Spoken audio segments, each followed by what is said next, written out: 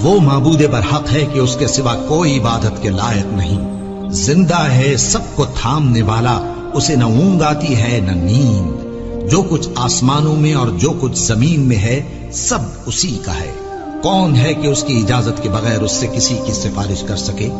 जो कुछ लोगों के रूबरू हो रहा है और जो कुछ उनके पीछे हो चुका है उसे सब मालूम है, और लोग उसकी मालूमात में से किसी चीज पर दस्तरस हासिल नहीं कर सकते। हाँ, जिस कदर वो चाहता है उसी कदर मालूम करा देता है। उसकी बादशाही और इल्म आसमान और जमीन सब पर हावी है, और उसे उनकी हिफाजत कुछ भी दुश्वार नहीं। वो बड़ा आली रुतबा है, जलीलुल कद्र है।